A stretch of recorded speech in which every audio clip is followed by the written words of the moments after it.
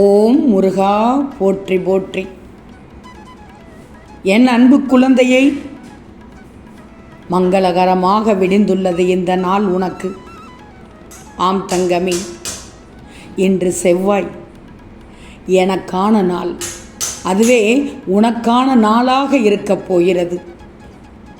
இன்று செவ்வாயில் இதை நீ கேட்டுவிட்டால், கேட்டு முடித்த நொடியிலிருந்து 100 நிமிடத்தில் நீ எதிர்பார்த்தது உன்னை தேடி வரும். திருச்செந்தூர் முருகன் தருவதை தட்டிவிட்டு விடாதே தங்கமே. உன் மனதில் மகிழ்ச்சியை நிறைத்து செல்லப் போகிறது. இன்று நீயே எதிர்பார்க்காத வகையில் உன் முருகன் திடீர் அதிர்ஷ்டத்தை கொண்டு வரப்போகிறேன். உனக்கு நல்லது நடக்கப் போகிறது. உன் வீட்டில் நல்லது நடக்கப் போகிறது. இந்த திருச்செந்தூர் முருகனை முழுமையாக நம்பு. சந்தோஷமாக இருப்பாய். குடும்பத்தோடு மகிழ்ச்சியாக இருப்பாய். நிச்சயமாக இனிப்பான செய்தி கிடைக்கும். அதனால் மனம் குளிர்வாய். இந்த திருச்செந்தூர் முருகன் மீது நீ நம்பிக்கையாக இருக்கும்போது உனக்கானதை நான் செய்யாமல் இருப்பேனா? நீ இழந்த அனைத்தையும் மீண்டும் பெறப்போகிறாய். அதற்கு இந்த முருகன் பொறுப்பு. நீ விரும்புவது தாமதமாவது உன் கர்ம வினையே. உன் சந்தோஷத்திற்காக உன் கர்மாக்களை தட்சணையாக நான் எடுத்துக்கொண்டு உனக்கு புண்ணியத்தை உருவாக்கி கொண்டுள்ளேன். நீ எதையும் என்னிடம் வேண்டினால்தான் நான் செய்வேன் என்று நினைக்காதே. உனக்கு எதை எப்போது எப்படி செய்யணும்னு இந்த முருகனுக்கு தெரியும். ஆனால் உன்னில் இருக்கும் முடிவை மட்டும் நீ யோசித்து செய்யணும். அதற்கு துணையாக நான் இருக்கிறேன் என்பதை ஞாபகத்தில் வச்சுக்கோ. மாறாக வேறு யாரிடமும் கெஞ்சி நிற்கக்கூடாது. உன்னால் முடிந்ததை செய். உன்னால் முடிந்ததை மட்டும் செய். நடக்கும். அதுவும் நன்றாக நடக்கும்.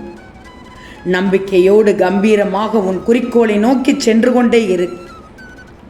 அதை அடைவதற்கு இந்த திருச்செந்தூர் முருகன் துணை இருப்பேன். பல ஆண்டுகளாக நீ உன்னுள் புழுங்கிக் கொண்டிருக்கும் விஷயத்திற்கு இன்று நல்லதொரு முடிவு கிடைக்கப் போகிறது. உன் வீட்டில் சுப நிகழ்ச்சிக்கான பேச்சுக்கள் துவங்கப் போகிறது. தடைபட்ட காரியத்திற்கு நல்ல விடை கிடைக்கப் போகிறது. கஷ்டப்படுத்தியவர்கள் உன்னை தேடி வருவார்கள். இஷ்டப்பட்டு எதிர்பாராத நல்ல உறவு கிடைக்கப் போகிறது. இன்று உனக்கு அருமையான விடியலாக விடிந்துள்ளது. அற்புதமான நிகழ்வு நடக்கப் போகிறது. அதிசய செய்தியை செவியில் கேட்கப் போகிறாய். மனதை குளிரும் செய்தி ஒன்று உன்னை மகிழ்விக்க வந்து கொண்டிருக்கிறது. வேலை கிடைக்க உத்தரவு என்று நிச்சயமாக வரும். தடைபட்ட உன்னுடைய திருமண பேச்சு இன்று என்னுடைய நாளான செவ்வாயில் எடுபடப் போகிறது. நல்ல உறவு கிடைக்கும். நல்ல வருகை நிச்சயமாக கிடைக்கும். என் பிள்ளைக்கான நாள் என்னை பிள்ளைக்கான நாளாகவே நான் விடிய செய்துள்ளேன். நல்ல நாளில் உன் முருகன் தரும் நல்ல செய்தியை கேட்டாய்தானே. திடீர் திருப்பம் ஏற்படும். உன் வாழ்க்கையில் அதில் இருள் நீங்கி வெளிச்சமாகும். நம்பிக்கையோடு இப்போது எழு. இன்றைய நாள் இனிய நாளாக என் முருகன் தந்துள்ளார். நான் நினைத்தது நடக்கும். நான் செய்த முயற்சிக்கு பலன் கிடைக்கும். என்னுடைய உழைப்புக்கு பலன் கிடைக்கும் என்று நம்பி எழு. வெற்றி உன்னிடம் வந்து சேரும். இந்த முருகன் வர வைப்பேன். இதுவரை எது நடக்கவில்லை என்று கவலைப்பட்டு கொண்டிருந்தாயோ அதற்கான நிகழ்வு நடக்கப் போகிறது. வாழ்க்கையில் சந்தோஷமும் மகிழ்ச்சியும் உனக்கு கிடைக்கப் போகிறது. இல்லை தங்கமே, உனக்கு இரட்டிப்பாக கிடைக்கப் போகிறது. நீ எதிர்பார்த்த அனைத்தும் நடக்கப் போகிறது. துன்பப்பட விடமாட்டேன் என் பிள்ளையை. சில நேரங்களில் வாழ்க்கையில் உனக்கு தடை ஏற்படுவது போலத்தான் இருக்கும். ஆனால் அதை தடைகள் என்று நீ தவறாக எடுத்துவிடக்கூடாது. வெற்றிகளுக்கான படிக்கட்டுகள் என்று நினைச்சுக்கோயேன்.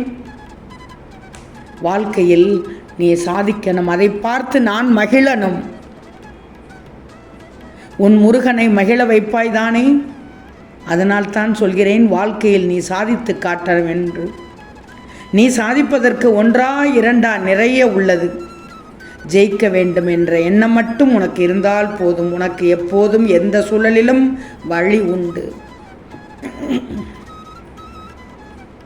உனக்கு எப்போதும் எந்த சூழலிலும் வழி உண்டு என்று ஆணித்தரமாக சொல்கிறேன்.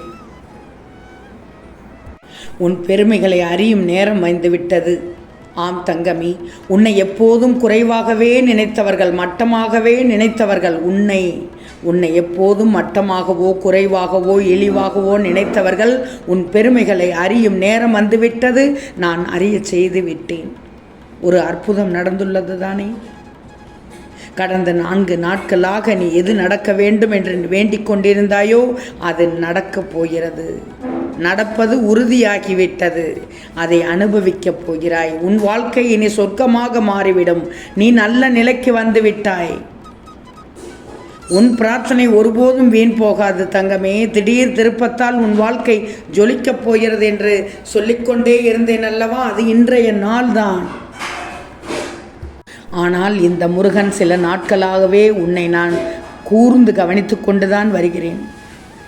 பாசம் பாசம் என ஏங்கிய அந்த மாயையில் சிக்கி உருக்குலைந்து விட்டாய். உண்மையான பாசத்திற்காக நீ ஏங்கும் ஏக்கத்தை காண என்னால் பார்த்து கொண்டு இருக்க முடியவில்லை.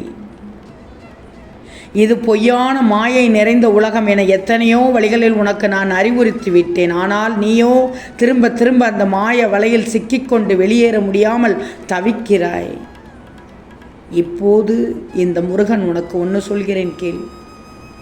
உன் நலனை விரும்பும் அனைத்து உறவுகளாக, அதாவது தாயாக, தந்தையாக, சகோதரனாக, உற்ற தோழனாக இந்த திருச்செந்தூர் முருகன் இருக்கும்போது நீ ஏன் இன்னொருவரின் பாசத்திற்காக ஏங்குகிறாய்? உனக்குள் இருக்கும் எனக்காக ஏங்கு. நீ ஏங்கத் தொடங்கும் போதே அது தெரிந்து உன் அருகில் நான் வந்து விடுவேன்.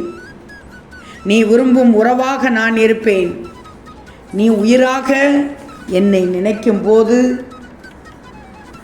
இந்த முருகன் எப்படி மறப்பேன் உன்னை? இனி எப்படி இருக்க வேண்டும் என்று நீயே முடிவு எடுத்து விட்டாய்தானே, அதையே பின்பற்று. நீ எதற்கும் கலங்க தேவையில்லை. ஆம் தங்கமே, நீ எதற்கும் கலங்க தேவையில்லை. முருகன் என்ற மகத்தான தெய்வீக அவதாரத்திடம் மனதார நம்பிக்கை வைப்பவர்கள் அவ்வாறு வைத்து விட்டோமே என எந்த காலகட்டத்திலும் வருந்த வேண்டியதே இல்லை. பின்னோக்கி நீ நடக்க வேண்டியதே இல்லை. நம்பிக்கை வைத்த ஒருவர் தன் சுபாவத்தில் உயர்கிறார் என்பதையும் இந்த படிப்படியான முன்னேற்றம் முருகனால் உறுதியளிக்கப்பட்ட உன்னத பலன்களை பெற வழிவகுக்கும் என்பதையும் அனுபவம் காட்டும். நீ மனப்பக்குவத்தோடு இருந்தால் உன் மனதில் தோல்வி இல்லாத கற்பனைகள் வராது, தேவையில்லாத குழப்பங்களும் வராது. இதுவரை நீ தோற்றதை ஒரு அனுபவமாக, பாடமாக எடுத்துக்கொள். வாழ்க்கையில் நீ முன்னோக்கி செல்ல நிச்சயம் இந்த திருச்செந்தூர் முருகனின் உதவி சர்வ நிச்சயமாக கிடைக்கும். ஆம் தங்கமி, இன்னும் 100 நிமிடத்தில் நீ எதிர்பார்த்த அனைத்தும் உன்னை தேடி வரப்போகிறது. ஓம் முருகா போற்றி போற்றி.